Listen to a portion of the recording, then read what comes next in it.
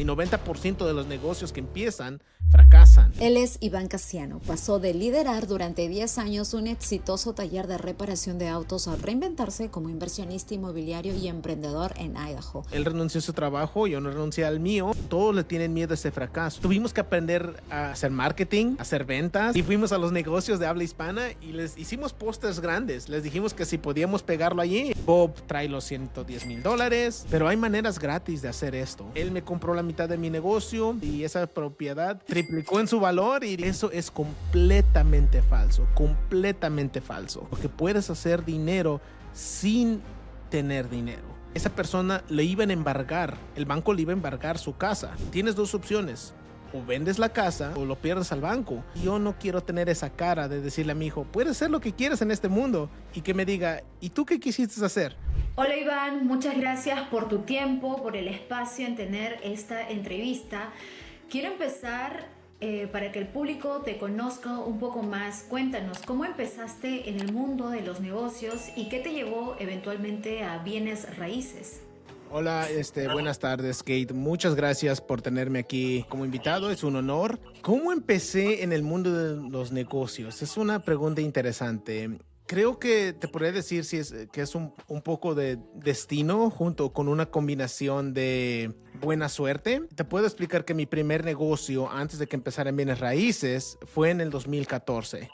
Tenía escasos unos 22, 23 años. Yo fui al colegio para ser un mecánico de autos. Entonces mi hermano, que es un poquito, soy el menor de 4, mi hermano, que es un poquito 5 años mayor que yo, él también era mecánico. Trabajamos juntos, después trabajé por me fui a otro taller para agarrar un poquito más de experiencia, y dio la casualidad que en el otoño del 2013 él fue a comprar unas pizzas y pasó por un taller muy grande en aquel entonces, y era muy prestigioso, que estaba cerrado. El taller estaba cerrado, estaba abandonado, y me llamó inmediatamente y me dijo, Iván, quiero enseñarte algo. Pasó por mí y me llevó al taller, y en ese entonces era algo inalcanzable. Nuestros sueños eran muy grandes. Dijimos, oye, dice, me preguntó, dice, ¿estás pensando lo mismo que yo?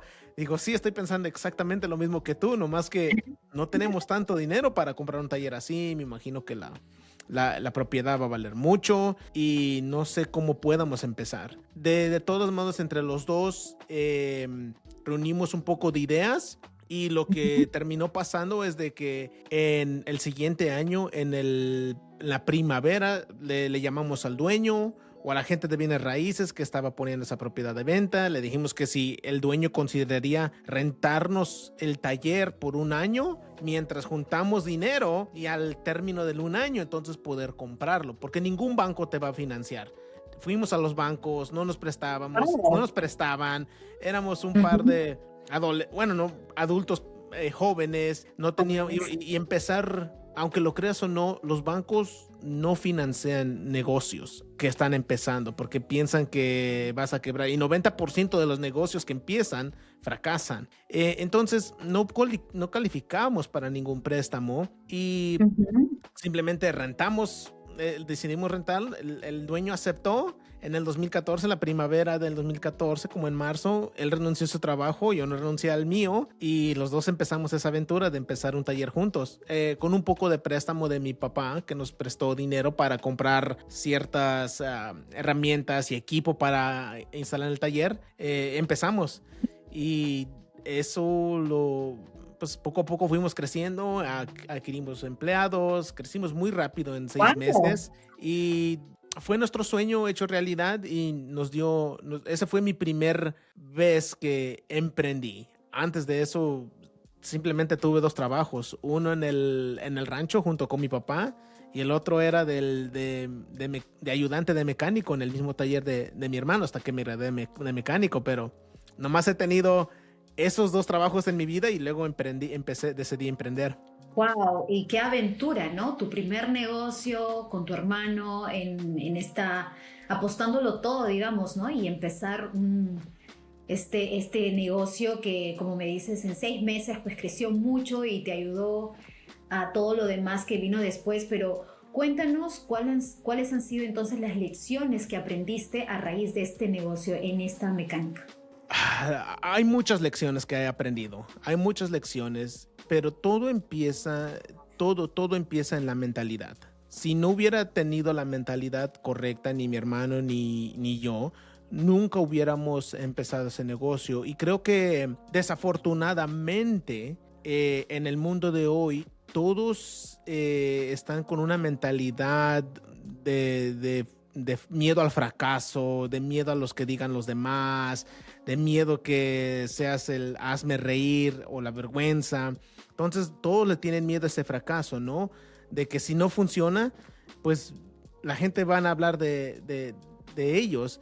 Y la diferencia de nosotros con mi hermano es de que entramos con esa mentalidad y, bueno, nunca teníamos esa mentalidad de fracasar, pero dijimos, ¿y si fracasáramos? ¿Y si no llegáramos a levantar este negocio? Pues, ¿qué es lo peor que puede pasar? Y empezamos a ver qué es lo peor que podía pasar. Y lo peor que podía pasar es que simplemente regresáramos a nuestro trabajo. No iba a pasar nada más de eso. Es simplemente regresar a nuestro trabajo como un mecánico o a otro taller como un mecánico. Es nada más, es lo que iba a pasar, es lo peor. Que si de plano perdíamos, bueno, podíamos perder un poco de dinero. Entonces, entrar con esa mentalidad fue algo que nos llevó al éxito. Y viendo ahora, creo que las lecciones y las cosas que me enseñó ese negocio es de que si le pones el empeño y haces tu mejor esfuerzo en tu trabajo o en el producto que quieras vender o el servicio que quieras hacer, vas a ser exitoso. No puedes, es casi imposible fracasar, y si es que le pones 100% de tu empeño al trabajo. Y creo que eso fue cosas que nos llevó, lecciones que también nos enseñó emprender ese negocio, es de que hay más, tuvimos que aprender a hacer marketing, hacer ventas, y no sabíamos nada de eso. Lo único que sabíamos era arreglar carros. Éramos buenos a arreglar carros. Era eso, pero no éramos buenos a hacer marketing, no sabíamos cómo atraer clientes hacia el taller, no sabíamos cómo hacer ventas, porque antes nosotros no hacíamos las ventas, no hablábamos con el cliente. Nosotros nada más nos daban una orden de reparación, el papel, lo que íbamos a arreglar, y nos dedicábamos a arreglar el carro y ya. No teníamos que preocuparnos por hacer la venta, por justificar, explicarle a los clientes. Entonces aprendí mucho de marketing y ventas y cómo tener una buena relación con el cliente. Eso es lo que nos ha enseñado, lo que me enseñó a mí en ese entonces el negocio, que me ayudó a emprender otro negocio.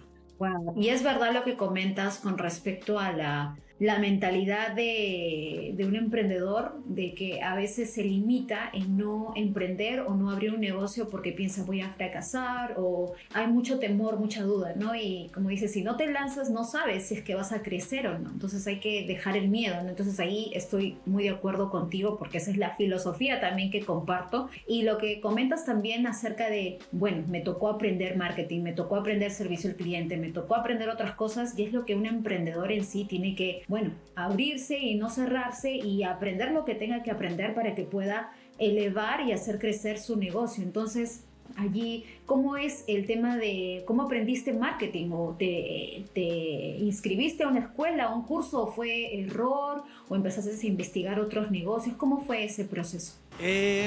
Simplemente no nos inscribimos a ningún curso, nada de eso. Creo que en ese entonces, en el 2014, las redes sociales no estaban en su apogeo, no estaban en lo mero alto. Entonces no había, nomás había como las redes sociales se ocupaba para entretenimiento, ¿no? No había tantos cursos en aquel entonces, en 2014. Entonces, nada más empezamos a nosotros imaginarnos cómo es que podemos atraer los negocios o atraer a la gente, ¿no? Empezamos a investigar y dijimos, no, pues la mayoría de los hispanos tenemos que enfocarnos quién iba a ser nuestro cliente. Entonces, empezar a entender quién era nuestro cliente, y así es como empezamos a enfocarnos en marketing. Y nuestros clientes eran gente de habla hispana que quieren arreglar su carro, que prefieren ir con alguien que los entiende a alguien que no los entienda, ¿no? Y como éramos el único taller mexicano o de habla hispana en esta área, creo que teníamos una gran ventaja. Entonces, la mayoría de los hispanos hablamos o escuchamos mucho la radio. La radio estamos trabajando en construcción, estamos trabajando en el rancho, estamos trabajando en un restaurante, todos escuchamos la radio y un poco no leemos tanto el periódico. Entonces empezamos a promocionarnos en la radio. Empezamos a correr comerciales y empezamos a ver resultados. También empezamos a ir y fuimos a los negocios de habla hispana y les hicimos pósters grandes. Les dijimos que si podíamos pegarlo allí en sus puertas y nos dijeron que sí, nos dieron permiso. Y así es que como poco a poco fuimos atrayendo clientes y nunca hicimos marketing como en Google, nada, simplemente fue marketing del radio, porque entendimos que es lo que la gente de habla hispana escuchaba, ¿no? Cosas de la radio. Así es como aprendimos un poco de marketing y ya después poco a poco empezamos se acercaron otros servicios, otra gente que se dedicaba a marketing, nos traían paquetes de que podían mandar de esos como correos o cartas, mandando promociones y entender todo eso. Entonces, así es como poco a poco entendimos, pero primero nos enfocamos en quién era nuestro cliente y qué es lo que escuchaban y qué iba a funcionar. Wow, y eso es clave, ¿no? En todo el negocio, creo que saber quién es el avatar, el target persona, el cliente y saber cómo llegar a él es clave, ¿no? Si no sabemos qué estamos haciendo ni cómo llegar a nuestro cliente ideal. Entonces, muy bien por ese lado. Y ahora quisiera hablar un poco de cómo iniciaste en el mundo de bienes raíces. ¿Cómo fue ese proceso? Cuéntanos. ¿Cómo inicié? Entonces, lo que igual empezamos, mi hermano y yo compartimos muchas cosas, compartíamos ideas, las redes sociales, y tanto él como yo nos hemos soñado a lo grande. Empezamos a ver como el de 2018, 2019, cuando empezaron a crear las redes y empezamos a ver estas figuras en internet que hablaban de comprar casas y revenderlas, fix and flip, o comprar casas y venderlas al por mayor, lo que es wholesaling, vender un contrato de rentas, como cierta gente tienen 10, 15, 20, hasta 60 o más casas, puertas, y cómo hablan del cash flow, ¿no? Del flujo del efectivo, y cómo pagaban de tanta renta, pagaban su hipoteca y más aparte les sobraba dinero, ¿no? Entonces empezamos a investigar eso y empezamos aparte de compramos nuestro taller. Al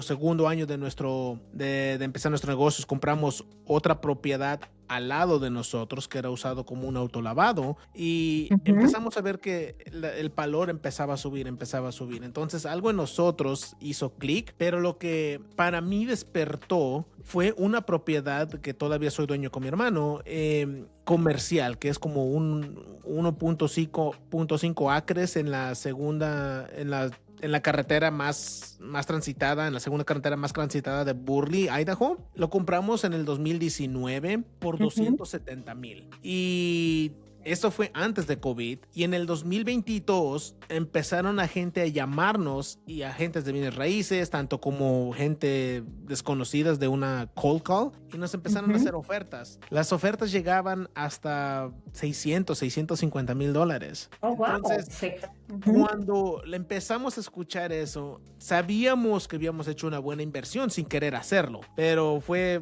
poco, te digo, de suerte y destino.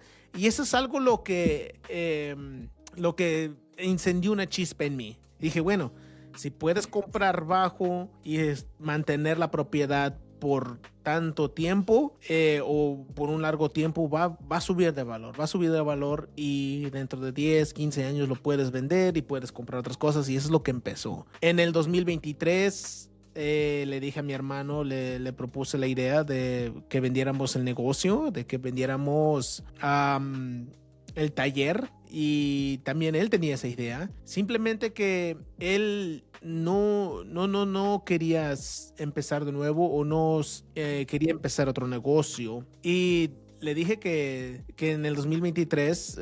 perdón, eso fue a finales de los 2022, después de que me di cuenta de lo de bienes raíces. Y en el 2023 le dije que no iba a trabajar el resto de ese año o todo el 2023 en el taller, que simplemente quería poner mis ideas en orden. Lo único que sabía es de que no quería estar en el taller. Como que llegó un punto que me había cansado, no sé si me había aburrido o que tenía otras ideas de emprendimiento. Mi cerebro siempre anda buscando algo que hacer. Nuevas ideas, nuevos negocios. Pero entonces en el 2023 por 6 meses me fui para México, leí, estudié, hice otras cosas, y cuando regresé pues tomamos la decisión de separarnos. Él me compró la mitad de mi negocio, y con el dinero que recibí empecé a comprar casas. Empecé la primera casa que compré, fracasé inmensamente, y a lo mejor debería de haberme detenido allí porque perdí mucho dinero, pero yo pensé que no era tan difícil comprar una casa, arreglarla y venderla, ¿no? Entonces, después de que fracasé, entonces me metí a cursos para entender un poco mejor el negocio, y es cuando empezó a cambiar todo. Pero empecé porque pues mi hermano y yo empezamos a ver, a seguir estas figuras en internet, y decidimos comprar propiedad, y esa propiedad triplicó en su valor, y dijimos, oye, bienes raíces es el camino. Y eso es lo que encendió esa chispa en mí. Wow, y qué bien que les haya ido tan bien en su primera inversión, pero nos cuentas que, tú decidiste empezar por tu cuenta, comprar una casa, hacer el house flipping, pero no te fue bien. Cuéntanos cómo fue esa experiencia y las lecciones más importantes, ¿no? A raíz de esta inversión ya solo por tu cuenta.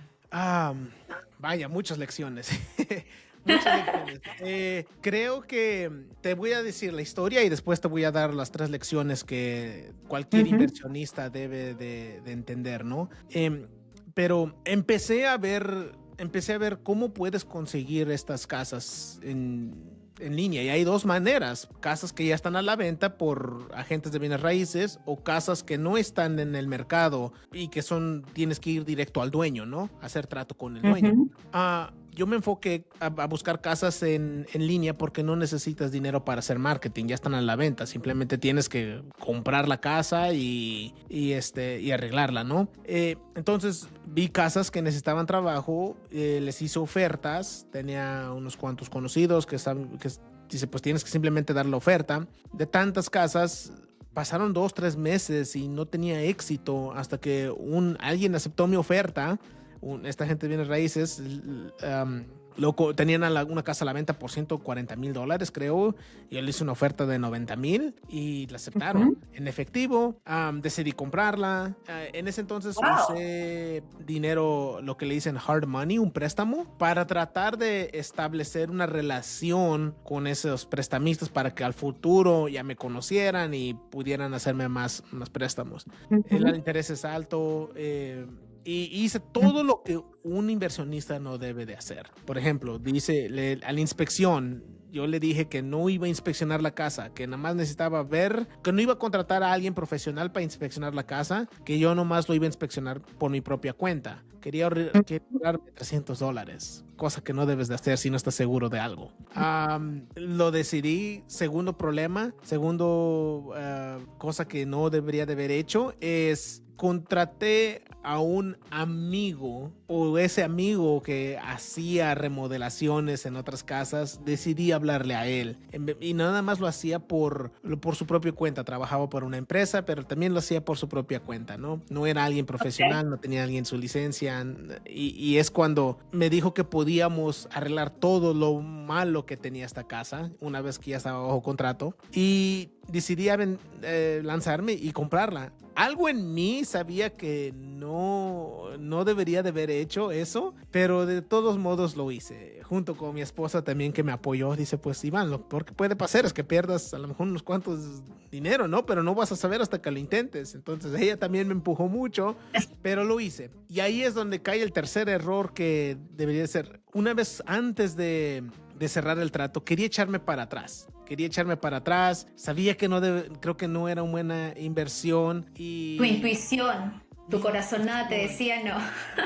Pero la gente de bienes raíces me vendió la idea de que era una buena compra. Y ella también era inversionista en el área. Y le pregunté que por qué no ella lo compraba si era un buen trato. Y su respuesta me dijo que no era lo que ella estaba buscando. Entonces, igual me vendió la idea de comprarlo. Lo compré y cuando empezamos a remodelar la casa, empezamos a encontrar muchos problemas que no tenía anticipado. En una de esas, el problema más grande era la fundación de la casa. La base, todo se estaba destrozando. Básicamente se estaba cayendo la casa. Y no lo pude ver porque no soy profesional. Y cuando empecé a llamar contratistas profesionales para que me pudieran dar una segunda opinión, al simplemente pisar adentro de la casa, sabían que la casa no era una buena inversión, que se estaba cayendo la casa. Y pues desafortunadamente me dijeron, dice, Iván, esta casa no vale la pena arreglarlo. Simplemente lo tienes que tirar y hacer una casa nueva, o puedes gastar mucho dinero, pero vas a perder dinero. Entonces hice la difícil decisión de venderlo a otro inversionista que se dedica a comprar terrenos y arreglar casas y vender casas nuevas. Y me dediqué a buscar otras maneras de hacer dinero, ¿no? Un inversionista me dijo que nunca trates de hacer dinero de la misma manera que la perdiste. Es decir, perdí el dinero en ese trato, simplemente acepta tus pérdidas y muévete al otro trato. No trates de reestructurar ese trato, no trates de ver qué otras maneras qué otras salidas puedes hacer. Si no eres experto en hacer casas, pues simplemente busca otra manera de hacer dinero y ya, tienes que aceptar tus pérdidas. Y eso es lo que pasó con eso. Y creo que a lo mejor hay lo que pasó conmigo y a lo mejor otros inversionistas se pueden identificar, es de que ya había pasado tanto tiempo, 3-4 meses, que no podía conseguir un trato, que simplemente me lancé en esto para no quedarme atrás. Veía a otros amigos, veía a otros compañeros, o veía gente que estaban comprando 1, 2, 3 casas por mes, y yo decía, bueno, ¿cómo le hacen, no? Si yo no puedo comprar ni una casa. Y simplemente me lancé a lo que cayera y varias gente me dejé llevar por lo que las apariencias de las otras gentes, ¿no? Que estaban haciendo, la comparación, y eso fue muy malo. Entonces eso es lo que pasó. Simplemente acepté mi lección, porque no le llamo fracaso, ¿no?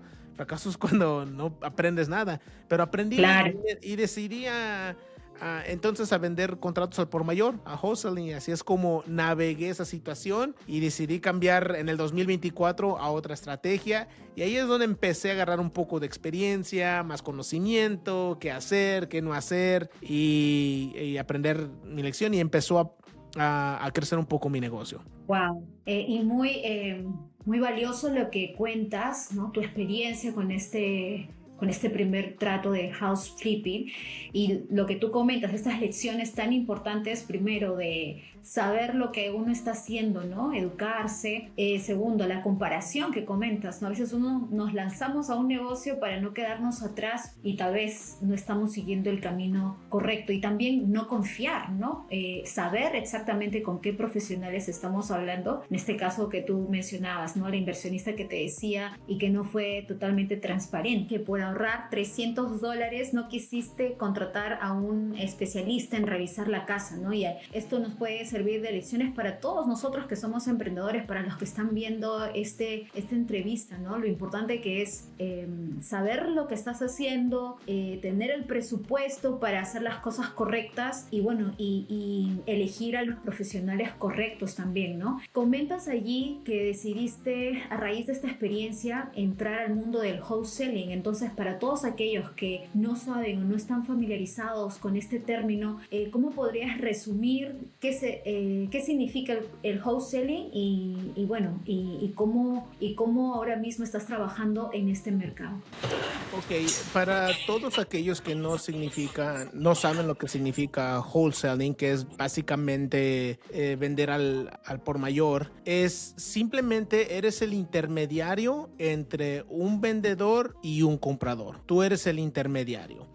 Usualmente vas directo al vendedor, no lidias con agentes de bienes raíces. Entonces, por ejemplo, tú, Kate, quieres vender una propiedad. Hay fórmulas o para saber qué tipo de ofertas tienes que dar, pero si tú, Kate, quieres vender una propiedad por cualquier razón y quieres venderlo en efectivo, yo negocio contigo, te compro la propiedad por $100,000. Sé que esa propiedad necesita $30,000 o $40,000 de renovación, pero cuando la termines de arreglar, la puedes vender por 220, 230,000. Entonces, tú te dedicas nada más a arreglar casas. Tu trabajo no es encontrar tratos o lidiar con vendedores. Es donde nosotros también entramos en lugar, y por eso es que los que arreglan casas, los fix and flippers, se llevan bien con los wholesalers, los que venden casa al por mayor, porque se necesitan el uno al otro. Entonces, es simplemente el intermediario. Yo pongo una casa, arreglo un negocio, un trato contigo. ¿Estás de acuerdo que me vas a vender la casa $100,000? Firmamos un contrato. En el contrato tiene que tener cierto lenguaje donde especifica a la compañía del título que ese contrato, tenemos nosotros el derecho de revender ese contrato. Entonces puedo ir a Bob, al que se dedica a arreglar casas, y le digo: oye, Bob, ¿quieres comprar esta casa? ¿Quieres comprar esta inversión? Te la vendo a ti por $110,000, $115,000, $120,000. Depende qué tan buen negociador sea o a qué precio lo haya puesto bajo contrato. Y él lo inspecciona y dice: sí, trato. Yo firmo un contrato para asignarle. Es otro diferente contrato, le dicen un contrato de asignación. Le asigno los derechos a mi contrato. Llevo esos dos contratos a la compañía del título y la compañía del título se encarga del resto. Bob trae los $110,000.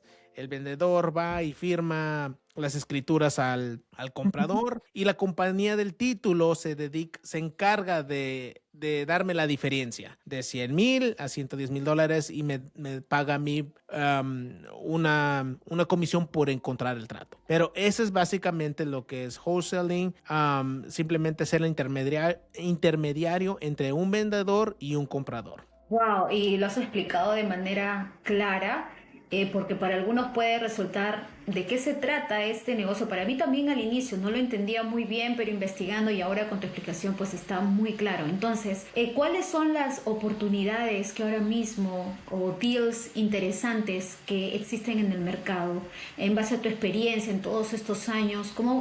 Una persona que está interesada en bienes raíces, ya sea en wholesaling o tal vez en house flipping, ¿cómo encontrar estas oportunidades? ¿Cómo encontrar las oportunidades? Al principio se me hacía muy, muy difícil. Pero hay maneras gratis de hacer esto. No tienes que gastar ningún dinero en realidad. Todo depende qué es lo que uno tiene. Yo escuché una vez, y tienen mucha razón, que todos tenemos le dicen un unfair advantage, una ventaja no justa. Una ventaja injusta. Ajá, sí. Ajá, una ventaja injusta. Entonces todos tenemos tiempo, o tienes una de estas cuatro cosas, ya sea tiempo, dinero, conocimiento o conexiones. Tienes tú que saber qué de esas cuatro cosas tienes tú. En mi caso, yo tenía tiempo, porque ahora ya me dedicaba a esto, y tenía un poco de dinero. Lo que no tenía era el conocimiento y las conexiones necesarias con contratistas o X gente, ¿no? Entonces, una vez que tengas ese conocimiento, puedes saber si vas a pagar a hacer marketing, a encontrar estos tratos, o no vas a hacer marketing y lo tienes que hacer gratis porque no tienes dinero, pero a lo mejor tienes el conocimiento. Pero para cualquier persona que está escuchando esto, una de las maneras más fáciles que tienes si quieres ya sea emprender, hacer wholesaling, puedes ir al sitio web que se llama Zillow.com, vas en tu ciudad y pones la ciudad de donde estás viviendo y hay filtros a la derecha que dicen puestos a la venta por owner occupied, que significa que los mismos dueños de la casa pusieron sus casas a la venta por medio de Zillow. Ahí ponen su número porque esa gente no quiere vender con agentes de bienes raíces. Hay gente que odia a los agentes y hay gente que no quieren lidiar con agentes o no quieren pagar su comisión. A veces te pueden pasar de 3 a 4 o 5 personas y 5 casas y simplemente ves si necesita un poco de trabajo. Llámales, no pierdes nada con llamarle. Ahí es donde la mayoría, 90% o más de la gente se congela. Llamar porque no sabe uno qué decir, no sabe uno qué hacer, qué preguntar, ni siquiera sabes nada, ¿no? De si estás haciendo lo correcto. Lo importante es simplemente llamar, porque yo, al igual que mucha gente, me congelé la primera vez que llamé, no sabía qué preguntar. Y ahora con la tecnología de hoy en día, con la IA, ChatGPT, Claude, hay muchas cosas que simplemente le dices lo que tienes que hacer y que te escriba un guión. Tienes que tener un guión, exacto. Un guión. Eso que ni qué. Tienes que tener un guión, al menos que seas natural para hablar con vendedores o sabes hacer ventas, pero igual de eso tienes que tener un guión para saber lo que tienes que preguntar. Y así es como alguien puede empezar, llamándole y si están dispuestos a aceptar una oferta en efectivo. Oferta, wow. Y así es como puedes llamar. Tienes que llamar a lo mejor 100 personas, 50 personas. Yo tuve la suerte de que en mi 10ª persona que hablé, tuve un trato. Y hay gente que a veces hablan más de 100 personas y no tuve un trato. Entonces, por eso digo que es un poco a veces de cuestión de destino junto con suerte. Pero así es como alguien puede empezar sin gastar dinero. Ahora, la gente puede decir, bueno, ya tengo a alguien que aceptó un contrato, ¿qué es lo que puedo hacer? Habla a la compañía del título. La compañía del título tienen estos procesos. Los procesos, okay. el papeleo que tienes que, la compra y venta, el papeleo de compra y venta de un vendedor y un comprador. Y simplemente les tienes que explicar lo que tienes que hacer o lo que estás haciendo. Y también hay muchas maneras de cómo encontrar estos deals, encontrar estos tratos. Otra de las formas que he ganado dinero es lo que le dicen en inglés driving for dollars, manejando por dólares. Simplemente vas por tus calles y vas viendo propiedades que el techo se está cayendo, que hay que el pasto está muy alto, que por ejemplo el buzón está lleno de cartas, que la propiedad se mire descuidada. Abandonada. Escribir la dirección, esto es gratuito, le puedes llamar al condado, al assessor's office, que le dicen y dices, oye, tengo esta dirección, ¿me podrías decir quién es el dueño? Y eso, información pública, te dicen quién es el dueño. Okay. Una vez que tengas el dueño y sabes que esa es la dirección, vas a un website que se llama True People Search o Fast People Search, una de esas dos. Le pones el nombre de la persona, la dirección de la propiedad y ahí te aparecen todos los números relacionados a esta propiedad.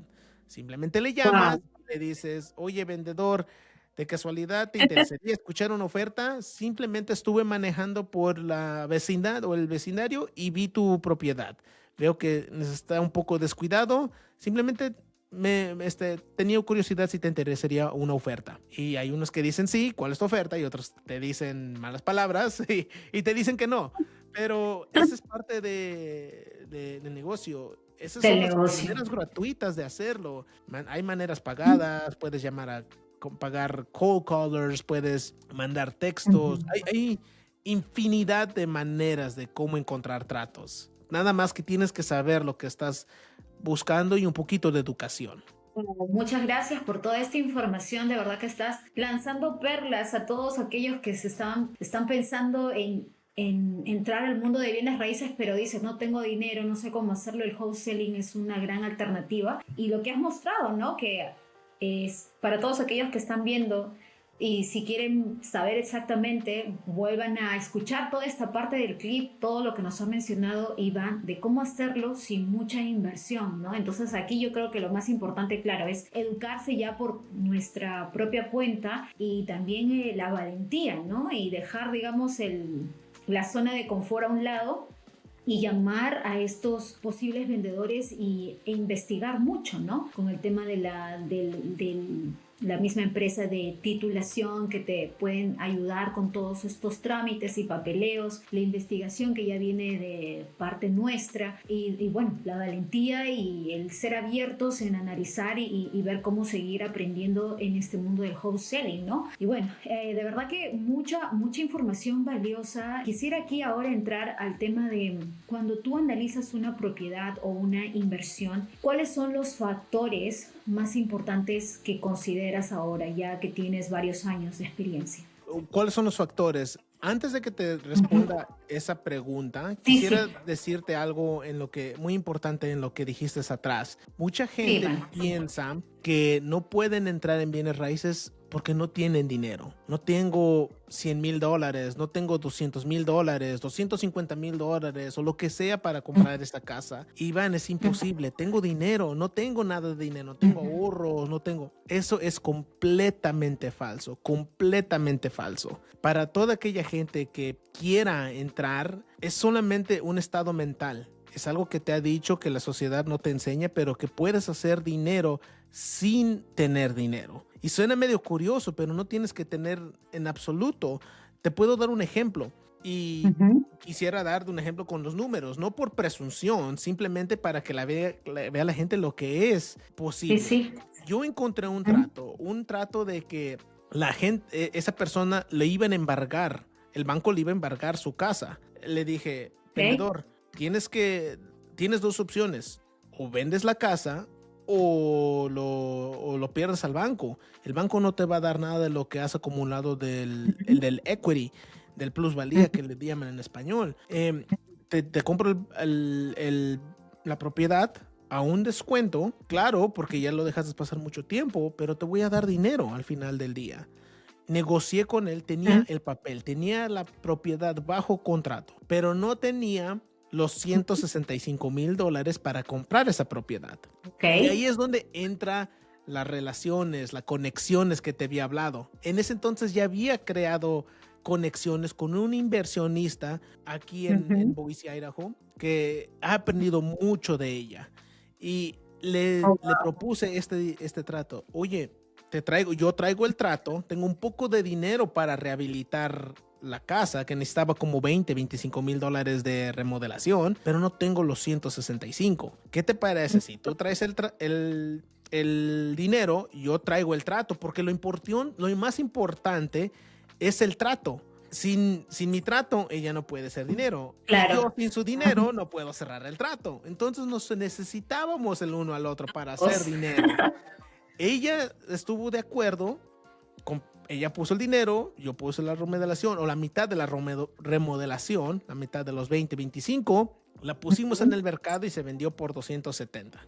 Después de pagar Wow. comisiones, después de pagar todo, cada quien más o menos tuvimos como $30,000, $29,000 cada quien de un solo trato. Ahora, si yo no tengo, lo hubiera dado, si no hubiera tenido los 10 o $15,000 que a lo mejor siento gente puede tener, y si no lo tienen, aún pueden hacer trato. Le pueden decir que las ganancias se reparten 60-40. 60% para ella y 40% para ti. O 70-30, 70% de ella y 30% para ti. O si tú eres un contratista y sabes cómo hacer el trabajo, tú haces todo el trabajo. Hay muchas maneras de hacer dinero sin tener dinero. Entonces, para todos aquellos que escuchen eso, que no se desanimen, porque en el mundo de bienes raíces no tienes que tener dinero. Lo que tienes que tener es un trato, el deal, la casa. Eso es lo más importante. Si tienes eso, todo lo demás se encaja. Tienes Y mucha respondiendo, razón. y respondiendo a tu pregunta, ¿qué es lo más importante? Lo más importante cuando analizas una inversión es una de las cosas, hay muchas cosas, pero una de las cosas más importantes es el ARV que le dicen. El ARV significa After Repair Value. Lo que significa en español es el valor de la casa después de reparación. ¿Cuánto va a valer la casa cuando la remodeles, cuando ya esté lista? Ahí es donde muchos se equivocan y yo también me he equivocado, porque tienes que de una manera desamarrarte emocionalmente y pensar lógicamente. Muchos de los humanos actúan emocionalmente. ¿Cómo ves o cómo sabes lo que puede valer la casa? Pues en Zillow puedes usar Zillow. Hay otros softwares, otros programas que podemos ocupar.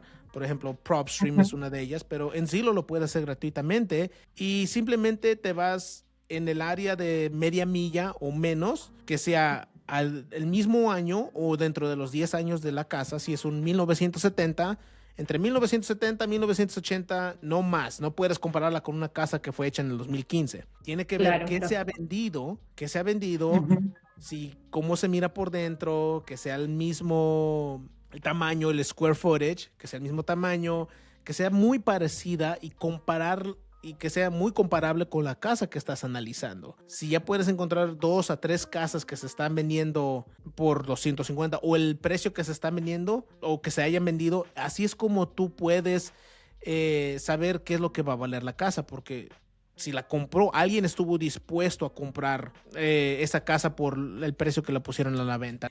En resumen, ves donde cree que esta es la casa que vas a comprar o que estás analizando. Busca media milla alrededor, que sea casi del mismo año, del mismo tamaño y que esté arreglada, ¿no? Eso es algo, que esté arreglada. Y el cuánto se vendió, busca 2 a 3 y agarra el promedio. Y siempre quédate debajo de ese número. Si el promedio de las casas que se ha vendido es por 250, pues tú en tus números, en tu calculadora, no pongas 250, pon 240. ¿Para qué? Para que tengas un poquito de espacio para error, para algo inesperado. La segunda cosa que tienes que tener mucha conocimiento es de rehabilitación, la remodelación. ¿Cuánto va a costar? Porque tú puedes suponer que va a costar $25,000 o $30,000 para remodelarla, pero a lo mejor puede salir 50, 60 y ya de ahí se te va todo el presupuesto, todas tus ganancias se te fueron en remodelación. Y no exagerar no exagerar en la remodelación, no poner cosas de la más altas calidad, porque si va a ser para renta o para arreglar y vender, no tienes que poner cosas como si fueras a vivir allí. Tienes que poner algo de calidad promedio, algo bueno que vaya a durar y que al comprador le vaya a gustar si es que la vas a vender. Y si es de renta, pues mucho menos tienes que poner cosas de calidad, simplemente algo que funcione y sea práctico para el inquilino.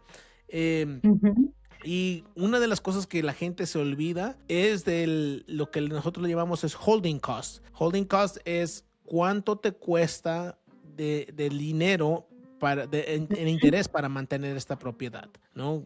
La mayoría de la gente que te presta dinero, tienes que pagarle puntos, tienes que pagarle intereses. A veces te cobran, tienes que saber si va a ser 12%, 10%, cuánto vas a pagar de interés y puntos, y si hay algún penalty por pagarlo en 2 meses o todo eso tienes que tener en cuenta, porque pues obvio, si comisiones, hay otras cosas, seguranzas, pero son esas de las 3 cosas que puedes ganar, te puede hacer ganar mucho dinero o hacer perder mucho dinero si no tienes en cuenta y falla alguna de esas cosas. Wow, muy interesante y muy valioso, muy educativo, todos estos detalles del holding cost, de la remodelación y de todos estos factores importantes, ¿no? Al momento de analizar la inversión de una propiedad. Y ahora entremos a un punto muy importante que también es vital para cualquier tipo de negocio, no solamente para bienes raíces. Y aquí quiero que nos compartas, por favor, cuáles son los hábitos, la mentalidad, los sistemas que te han ayudado a crecer y a mantener consistencia en tus negocios. Eso es una muy buena pregunta. De los hábitos, hay muchas cosas que puedo enfocar, pero una de las cosas que me ha ayudado mucho es y no quiero meterme mucho en eso de la religión, pero creo en Dios, creo en un creador. Y esa es una de las cosas que siempre me mantienen a seguir adelante, porque trato de ser agradecido y de darle gracias por todo lo que tengo y dejar de enfocarme en lo que no tengo. Tengo vida, tengo esposa, tengo hijos, tengo casa, no me está persiguiendo nadie. Y si no tengo un trato o la gente hace más tratos que los demás, que incluso que yo, está bien. Tengo que enfocarme en lo que tengo y no en lo que no tengo. La comparación es lo que dicen, ¿no? La comparación es el asesino de la felicidad, porque te empiezas a comparar con los demás y empiezas a pensar que te estás quedando atrás y que alguien compró una camioneta nueva, pues yo también me tengo que comprar. Alguien compró una casa, pues yo tengo que comprar una casa más grande. Esa es una de las mentalidades. Y más que nada, como te había dicho, no puedes entrar en empezar algo con rindiéndote, como pensar en el fracaso. Obvio, he pensado, ¿no? Si llegara no a pensar, si esto no llegara a funcionar, las bienes raíces, pues ¿qué es lo peor que puede pasar? Y lo peor que puede pasar es que simplemente consiga un trabajo como mecánico otra vez. Eso es lo peor que puede pasar, porque el conocimiento ya lo tengo las herramientas, no lo quisiera hacer, bueno, está bien, no puede hacer, pero eso es lo peor que puede pasar, que simplemente consiga un trabajo como todos los demás. Todos los demás tienen un trabajo. Puedo conseguir un trabajo como 99% de la gente. Eso es lo peor. Entonces, esa mentalidad, y que si llegara a pasar eso, pues no darte por vencido, ¿no? Pero uno de los hábitos es, para mí, cosas que hago todas las mañanas es levantarme temprano, tratar, a veces no soy bueno todos los días, pero levantarme temprano, rezar y agradecerle a lo que tengo, a Dios, leer mucho y hacer ejercicio, porque tienes que cuidar tu cuerpo también. Empecé a cuidar más mi cuerpo, dejé malos hábitos. Entre esos malos hábitos es tomar, dejé de tomar mucho. No soy perfecto todavía, tomo de vez en cuando, no frecuente como antes lo hacía. En la cultura hispana o mexicana específicamente, Es verdad. tomamos mucho, todos. Sí. Si nos reunimos tenemos que tomar y tenemos Fiestas. es de ley, tenemos que tomar, ¿no? Entonces he tratado de alejarme de eso, tratar de cuidar mi cuerpo, porque no nada más tenemos un cuerpo. No es como el taller, no es como el carro. Si metes tu carro al taller, pides uno rentado, Lo arreglas. o pides el de tu esposo o el de un amigo. Si tu cuerpo entra al quirófano o al hospital, no puedes pedir otro rentado. Entonces empecé a cuidar mucho, y creo que algo que me ha ayudado mucho, Kate, es a juntarme con otro tipo de gente. Y eso es algo que me ha costado mucho y le cuesta mucho a la mayoría de la gente. Porque la gente empieza a hablar de ti, empieza a decir que te crees más que nosotros. Ahora piensas que eres más importante, ahora piensas que eres mejor que nosotros, ahora dejaste de tomar y quieres juntarte con gente exitosa, rica, famosa, no sé cómo le quieras llamar. Y nosotros nos duele, y te hablo por mí, se me hizo muy difícil empezar a separarme de mi propia familia cercana. Mi círculo, amigos y familia. Pero eso es lo que me ha mantenido siguiendo. ¿Por qué? Porque escuché una vez esto: nunca recibas consejos de alguien con quien no cambiarías tu vida. Es decir, si alguien te está dando consejos de que no va a funcionar, Iván, no va a funcionar, o no vas, o por algo vaya a pasar, y no tiene lo que tú deseas, no puedes aceptar su consejo, porque es alguien que no ha estado allí. Entonces empecé a juntarme con gente que sí ha logrado grandes cosas y me hacen ver las posibilidades. Oh, bueno, él no es más inteligente que yo, simplemente tiene la estrategia adecuada. Y esos son un poquito de sistemas, ¿no? Juntarte con la gente adecuada, hacer cosas que sean productivas. Y lo importante es, no es a lo que le dices sí. Lo importante es a lo que le dices no. No a veces esas fiestas tardes, no a veces a vacaciones, no a una reunión con amigos, no a estas reunión inesperada. Tienes que tener enfocado bien en tu meta, especialmente para mí, por mi familia, por mi esposa y mis hijos. Tengo que salir adelante y sacar esto adelante por ellos y pensar en mí. Entonces es un poco de los sistemas, de las relaciones, de la mentalidad que tengo gracias a todo eso, ¿no? A la lectura, al ejercicio, a levantarme temprano, a ser agradecido, a no compararme y ver lo que es posible a través de otro tipo de juntarme con otra gente.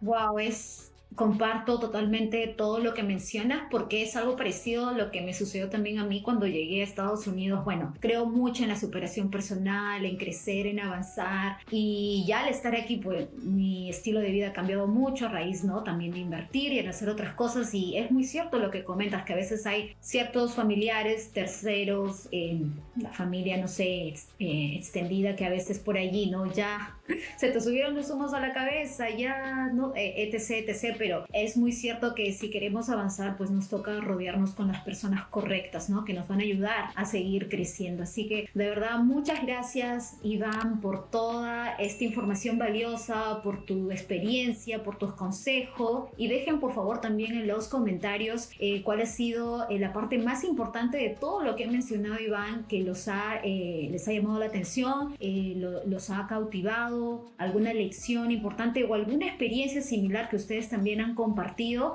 Por favor, déjenlo en los comentarios, y si les gusta este formato de entrevistas, de podcast, por favor también déjenlo en los comentarios. Muchísimas gracias, Iván, por tu tiempo. No sé si tienes algún comentario más para cerrar.